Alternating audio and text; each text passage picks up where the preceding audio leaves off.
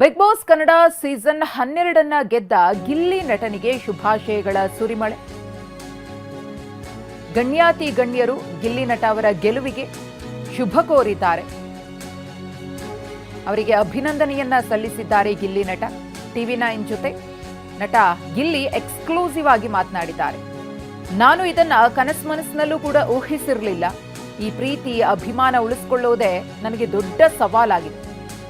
ಹಾಗೆಯೇ ನಾನು ಬಿಗ್ ಬಾಸ್ಗೆ ಬರ್ತೀನಿ ಅಂತಾನೂ ಅಂದ್ಕೊಂಡಿರಲಿಲ್ಲ. ಬಿಗ್ ಬಾಸ್ಗೆ ಹೋಗದಿದ್ದಿದ್ರೆ ಈ ಅವಕಾಶನೂ ಸಿಗ್ತಿರ್ಲಿಲ್ಲ. ಶಿವಣ್ಣ ಗೀತಕನ ಪ್ರೋತ್ಸಾಹ ಎಂದೂ ಕೂಡ ಮರೆಯಕ್ಕಾಗಲ್ಲ ಎಂದಿದ್ದಾರೆ ಗಿಲ್ಲಿ ನಟ.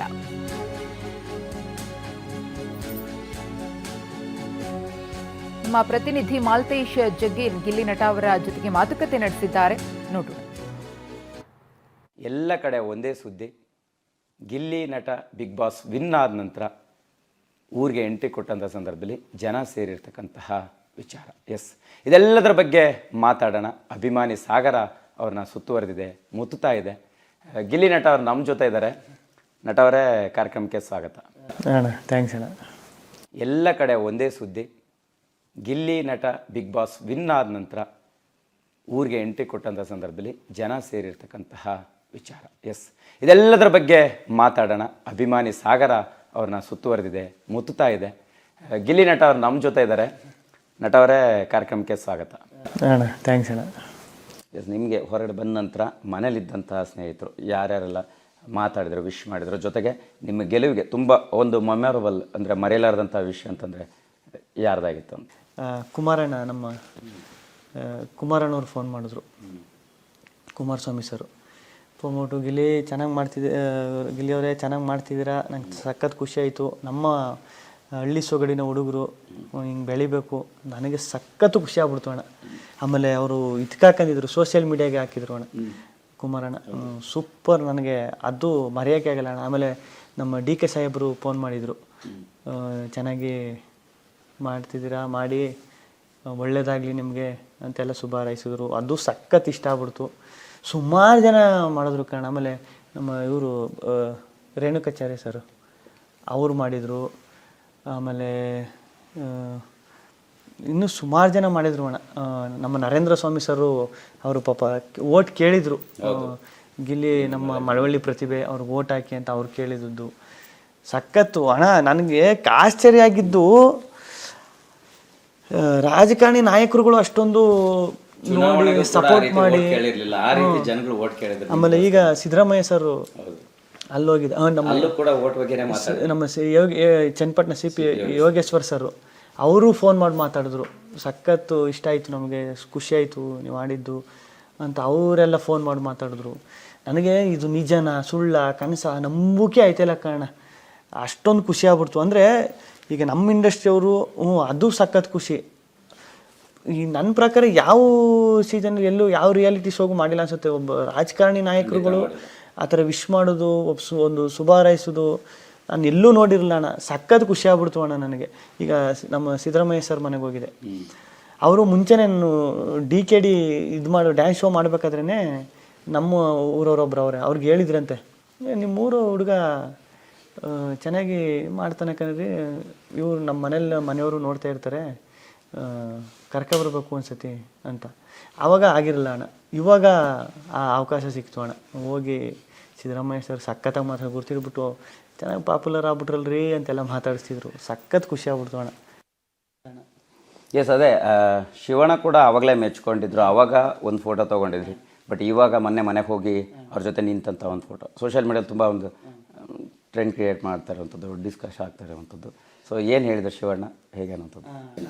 ಅಣ್ಣ, ಫಸ್ಟು ನಾನು ಶಿವಣ್ಣನಿಗೆ ಸಾಯೋವರೆಗೂ ಚಿರಋಣಿಯಾಗಿರ್ಬೇಕು ಅಣ್ಣ. ಹಿಂಗೆ ಅಣ್ಣನ ನೋಡಬೇಕು ಅದೆಲ್ಲ ನೋಡಿದೆ. ಅದು ಕೋಇನ್ಸಿಡೆನ್ಸ್ ಹೆಂಗಾಯ್ತು ನೋಡಿ. ಶಿವಣ್ಣನೇ ಹೇಳಿದ್ರು, ಗಿಲ್ಲಿ ಬೆಳಿಗ್ಗೆ ನಾನು ಮಾತಾಡಿದ್ದೀನಿ ಗಿಲ್ಲಿ ವಿನ್ ಆಗಬೇಕು ಅಂತ, ನೈಟು ನೀನು ಮಾತಾಡಿದ್ಯಾ. ಶಿವಣ್ಣ ಹಿಂಗೆ ಒಂದು ಅವಾರ್ಡ್ ಫಂಕ್ಷನಲ್ಲಿ ಗಿಲ್ಲಿ ನನಗಿಷ್ಟ ಅಂತ ಹೇಳಿದ್ರು, ನನಗೆ ಸಖತ್ ಖುಷಿ ಆಯಿತು ಅಂತ ನೀನು ಹೇಳಿದ್ಯಾ. ಅದೇ ಗಿಲ್ಲಿ ಪ್ರೀತಿ ಅಂದರೆ ನೀನು ಆ ಪ್ರೀತಿ ಕೊಡ್ತೀನಿ, ನಾನು ಆ ಪ್ರೀತಿ ಕೊಟ್ಟಾಗ ಅದೇ ಒಬ್ರಿಗೊಬ್ರು ಕನೆಕ್ಟ್ ಆದಾಗ ಅದೆಲ್ಲೂ ಕನೆಕ್ಟ್ ಆಗ್ಬಿಡುತ್ತೆ ಗಿಲ್ಲಿ ಅಂತೆಲ್ಲ ಎಷ್ಟು ಚೆನ್ನಾಗಿ ಹೇಳಿದ್ರು ಅಂದರೆ ಅಣ್ಣ. ಹೇಳೋರು ಹಿಂಗೆ ಮಾಡ್ತಾರೆ, ಹಿಂಗೆ ನಾವೆಲ್ಲ ಯಾರಣ್ಣ ಅವ್ರ ಮುಂದೆ ಅಷ್ಟೊಂದೆಲ್ಲ ಮಾತಾಡಿಸ್ತಾರೆ, ಪ್ರೀತಿ ಕೊಡ್ತಾರೆ ಅಂದರೆ ಗೀತಕ್ಕ ಗೀತಕ್ಕೆ ಹೇಳ್ತಾರೆ ಓಟ ನಮ್ಮ DKD ಸೆಟ್ಟಲ್ಲೆಲ್ಲ ಹೋದರೆ ಓಟ್ನ ಎಲ್ಲರೂ ಫೋನ್ ಕಿತ್ಬಿಟ್ಟು ಓಟ್ ಮಾಡಿಸೋರಂತೆ, ಗಿಲ್ಲಿಗೆ ಓಟ್ ಮಾಡಿ ಅಂತೆಲ್ಲ ಹೇಳೋದಂತೆ. ಅದೆಲ್ಲ ಯಾವ ಜನ್ಮದ ಪುಣ್ಯನ ಹಣ. ಸಖತ್ ಪಕ್ಕದಲ್ಲಿ ಇಷ್ಟಲ್ಲೇ ಅಣ್ಣ ಶಿವಣ್ಣ ಅವ್ರ ಪಕ್ಕ ಕೂತಿರೋದು ನಾನು, ಗೀತಕ್ಕೆ ಅಲ್ಲಿ ಕೂತವ್ರೆ. ನನಗೆ ಮಾತೇ ಗೊತ್ತಿಲ್ಲ ಏನು ಮಾತಾಡಬೇಕು ಅಂತ. ಹೊಸ ಹೆಜ್ಜೆ ಇಡ್ತಾ ಇದ್ದೀನಿ ಅನ್ನುವಂಥ ಒಂದು ಸೋಷಿಯಲ್ ಮೀಡಿಯಾದಲ್ಲಿ ಪೋಸ್ಟ್ ಮಾಡಿದಿರಿ. ಗಿಲ್ಲಿ ಅವರ ಈಗಿನ ಹೊಸ ಹೆಜ್ಜೆ ಏನು, ಗುರಿ ಏನು, ಕನಸುಗಳೇನು? ಯಾಕಂತಂದರೆ ಈಗ ಸಾಕಷ್ಟು ಅವಕಾಶಗಳಿದೆ, ಸಿನಿಮಾ ನಟ ಆಗ್ಬೇಕನ್ನುವಂಥ ಆಲೋಚನೆ ಮಾಡಿದಿರಿ. ಒಬ್ಬ ನಟ ಅಂದರೆ ಈ ವಿಷನಲ್ಲಿ ನೀವು ಕಂಡಂಥ ಕನಸು ಯಾವ ಹಂತಕ್ಕೆ ಅಂತ? ಒಬ್ಬ ನಟ ಅಂದರೆ ಈ ವಿಷನಲ್ಲಿ ನೀವು ಕಂಡಂಥ ಕನಸು ಯಾವ ಹಂತಕ್ಕೆ ಅಂತ? ಅಣ್ಣ ನಟ ಆಗಬೇಕು ಅಂತ ಐತೆ ಅಣ್ಣ ನಿಜವಾಗ್ಲೂ. ಈಗ ನೆಕ್ಸ್ಟ್ ಏನು ಮಾಡಬೇಕು ಅನ್ನೋದೇ ಒಂದು ಅಷ್ಟು ಕನ್ಫ್ಯೂಷನು ಅಣ್ಣ. ಈಗ ನಿಜವಾಗ್ಲೂ ನೀವು ನಂಬ್ತಿರೋ ಬಿಡ್ತಿರೋ ನಿದ್ದೆ ಸರಿಯಾಗಿ ಮಾಡೋಕ್ಕೈತಿಲ್ಲ. ಏನು ನೆಕ್ಸ್ಟ್ ಏನು ಮಾಡೋದು, ಮುಂದಿನ ಹೆಜ್ಜೆ ಏನು ಇಡೋದು, ಏನು ಪ್ರಾಪರಾಗಿ ಯೋಚನೆ ಮಾಡೋಕ್ಕೈತಿಲ್ಲ ಅಣ್ಣ. ಈಗ ಹೆಂಗೆ ಆಗ್ಬಿಡ್ತಂದ್ರೆ ನನ್ನ ಪರಿಸ್ಥಿತಿ ಅಣ್ಣ, ಈಗ ನಾನು ಊಟ ಇಷ್ಟು ತಿಂತಿರ್ತೀನಿ, ಈ ಮೃಷ್ಟಾನ್ನ ಭೋಜನ ಕೊಟ್ಬಿಡ್ತಾರೆ ಇಷ್ಟು. ಈಗ ಅದು ಮುಂದೆ ಇರ್ತದೆ, ಅದನ್ನ ಹೆಂಗೆ ತಿನ್ಬೇಕು, ಹೆಂಗೆ ಅರಗಿಸ್ಕೋಬೇಕು ಅಂತ. ಈಗ ಪ್ರೀತಿ ನಾನು ಇಷ್ಟು ಎಕ್ಸ್ಪೆಕ್ಟ್ ಮಾಡಿದ್ದೆ, ಇಷ್ಟು ಪ್ರೀತಿ ಸಿಕ್ಬಿಟ್ಟೈತೆ, ಅದು ಹೆಂಗೆ ಹ್ಯಾಂಡ್ಲ್ ಮಾಡಬೇಕು ನನಗೆ ಅಷ್ಟು ಅನುಭವ ಇಲ್ಲ. ನಾನು ಅಷ್ಟು ವಯಸ್ಸಲ್ಲೂ ಅಷ್ಟು ನಾನೇನು ಅನುಭವ ತಗೊಬಂದಿರೋನಲ್ಲ. ಇದನ್ನು ಹೆಂಗೆ ಹ್ಯಾಂಡ್ಲ್ ಮಾಡಬೇಕು, ಹೆಂಗೆ ಕ್ಯಾರಿ ಮಾಡಬೇಕು, ನೆಕ್ಸ್ಟ್ ಹೆಜ್ಜೆ ಏನು ಇಡಬೇಕು, ಎಲ್ಲರೂ ತಪ್ಪಾಗ್ಬಿಟ್ಟೋದು, ಎಲ್ಲಿ ಇದಾಗ್ಬಿಟ್ಟೋದು ಅಂತ ಅದೇ ಯೋಚನೆ ಕಾಡ್ತಾನೆ ಐತೆ ಅಣ್ಣ ಬಂದಾಗಿಂದನೂ. ಆದರೆ ಇತ್ತ ಅಶ್ವಿನಿ ಮೇಡಮ್ ಸಹಜವಾಗಿ ಇನ್ನೂ ನಿಮ್ಮ ಮೇಲೆ ಒಂದು ರೀತಿ ಕೋಪದ ಮಾತುಗಳನ್ನು ಆಡ್ತಾ ಇದ್ದಾರೆ, ಹೇಗೆ ತಗೊಳ್ತಾ ಇದ್ರಿ ಅಂತ? ಇಲ್ಲ ಅಣ್ಣ, ಅದು ಗೊತ್ತಿಲ್ಲ. ಈಗ ಹೊರಗಡೆ ಇದ್ದಾಗ ಈಗ ಲಾಸ್ಟ್ ಮೂಮೆಂಟಲ್ಲಿ ಬರಬೇಕಾದ್ರೆ ಅಶ್ವಿನಿ ಮೇಡಮ್ ಏನಂದರೆ, ನಾನು ರಕ್ಷಿತಾ ಮತ್ತು ಅಶ್ವಿನಿ ಮೇಡಮ್ 3 ಜನ ಇರ್ತೀವಿ. ಅವರೇ ಪಾಪ ಕರೀತಾರೆ, ಕರೆದ್ಬಿಟ್ಟು ಗಂಧದ ಕಡ್ಡಿ ಎಸ್ಕೋ, ದೇವ್ರಿಗೆ ಪೂಜೆ ಮಾಡು ಅಂತ ಹೇಳ್ತಾರೆ. ನನಗೆ ರಕ್ಷಿತನಿಗೆ ಇಬ್ಬರಿಗೂ 3 ಜನನೂ ಪೂಜೆ ಮಾಡ್ತೀವಿ. ಯಾರು ಗೆದ್ದರೂ ನನಗೆ ಸಂತೋಷ, ಯಾರು ಗೆದ್ದರೂ ನನಗೆ ಖುಷಿ ಅಂದ್ಬಿಟ್ಟು ರಕ್ಷಿತನಿಗೆ ನನಗಿಬ್ಬರಿಗೂ ಕೈ ಕೊಡ್ತಾರೆ, ತಪ್ಕೋತಾರೆ. ನಾವು ಯಾರು ಗೆದ್ದರೂ ಖುಷಿ ಅಂತ ಎಲ್ಲ ಮಾತಾಡ್ಕೊಂಡೆ ಆಚೆ ಬರ್ತೀವಿ. ಗೊತ್ತಿಲ್ಲ ಅಣ್ಣ ಅಪ್ಪ ಅದು ಯಾವ ಇದರಲ್ಲಿ ಹೇಳಿದ್ರು ಏನು ಕೇಳಿದ್ರು ಗೊತ್ತಿಲ್ಲ. ಅವ್ರಿಗೆ ಅನ್ಸಿರ್ಬೋದೇನೋ ಒಂದು ಬಡವಲ್ಲ ಅಂತ. ಯಾಕೆಂದರೆ ನಾನು ಒಂದು ಸ್ವಲ್ಪ ತಮಾಷೆಗೆ ಹೇಳಿದ್ನಲ್ಲ ನಾನು ಬಡವ ಅಂತ ಯಾರು ಹೇಳಿದವ್ರು, ನಾನು ಶ್ರೀಮಂತನೇ ಅಂತ. ಮೋಸ್ಟ್ಲಿ ಅದೆಲ್ಲ ಅವ್ರಿಗೆ ಅನ್ಸಿರ್ಬೋದು, ಇವನು ಬಡವ ಅಲ್ಲ ಇವನು ಅಂತ ಅನ್ಸಿರ್ಬೋದು, ಗೊತ್ತಿಲ್ಲ ಅಣ್ಣ ಏನು. ಸ್ಯಾಂಡಲ್ವುಡ್ನ ಸೂಪರ್ ಸ್ಟಾರ್ಗಳೆಲ್ಲರೂ ಕೂಡ ನಿಮಗೆ ಹತ್ತಿರ ಆಗಿದ್ದಾರೆ ಅಂತಂದರೆ, ದರ್ಶನ್ ಸರ್ ಜೊತೆ ಆ್ಯಕ್ಟ್ ಮಾಡಿದ್ರಿ, ಸುದೀಪ್ ಸರ್ ಜೊತೆ ಬಿಗ್ ಬಾಸ್ ಮಾಡಿದ್ರಿ, ಶಿವಣ್ಣ ಅವ್ರ ಜೊತೆ ಶೋ ಮಾಡಿದ್ರಿ. ಸೊ ಎಲ್ಲರೂ ಕೂಡ ಹತ್ತಿರ ಆಗ್ತಾ ಇದ್ದಾರೆ, ನಿಮ್ಮನ್ನು ಮೆಚ್ಕೊಳ್ತಾ ಇದ್ದಾರೆ. ಅವರ ಜೊತೆಗಿರೋ ಜರ್ನಿ ಬಗ್ಗೆ ಹೇಳುವಂಥದ್ದಾದರೆ? ನಿಜವಾಗ್ಲೂ ನನಗೆ ಆಚೆ ಬಂದ್ಮೇಲೆ ನೋಡ್ದೆ ಅಣ್ಣ. ಈಗ ನನಗೆ ಅದು ಒಂದು ಟೈಮಲ್ಲಿ ನನಗೆ ನೆನಪಿರಲ್ಲ ಅಣ್ಣ. ಜಗ್ಗೇಶ್ ಅಣ್ಣ, ನಾನು ಫಸ್ಟು ಕಾಮಿಡಿ ಕಿರಾಡಿಗೆ ಬಂದಾಗ ಜಗ್ಗೇಶ್ ಅಣ್ಣ ಒಂದು ಮಾತು ಹೇಳ್ತಿರ್ತಾನೆ. ಜಗ್ಗೇಶ್ ಅಣ್ಣ ಒಂದು ಮಾತು ಹೇಳಿರ್ತಾರೆ ನೋಡಿ,